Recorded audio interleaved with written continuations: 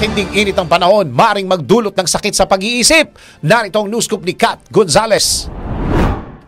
Nagbabala ang ILO o International Labor Organization na ang matinding init ng panahon ay maaaring magdulot ng sakit sa pag-iisip. Batay sa pahayag ng ILO, bukod sa banta ng heat stroke at heat stress, ang mataas na heat index ay maaaring maging sanhi ng stress, anxiety, depression, substance abuse, post-traumatic stress disorder at maaari ring humantong sa pagpapatiwakal. Bukod dito, binigyan diin ng ILO na ang matinding init na nararamdaman ng mga empleyado ay maaaring magdulot ng tensyon na makahadlang sa kakayahang gawin ang trabaho. Lumabas sa pag-aaral ng naturang organisasyon na kalahati sa 3.4 bilyon na mga manggagawa sa buong mundo ang nakakaranas ng sobrang init na panahon habang nagtatrabaho. Una nang pinayuhan ng DOLE o Department of Labor and Employment ang mga employer na maglatag ng mga hakbang na makakatulong upang maibsan ang matinding init ng panahon sa trabaho. At iyan ang aking news scoop. Ako si Kat Gonzales, nagbabalita ng tama, naglilingkod ng tama.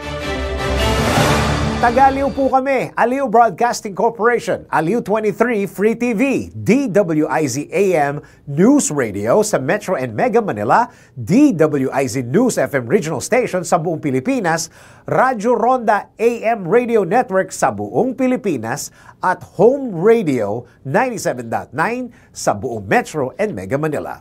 I-like po natin at i-follow ang lahat ng Aliw Broadcasting Corporation's digital station accounts. Maraming salamat po.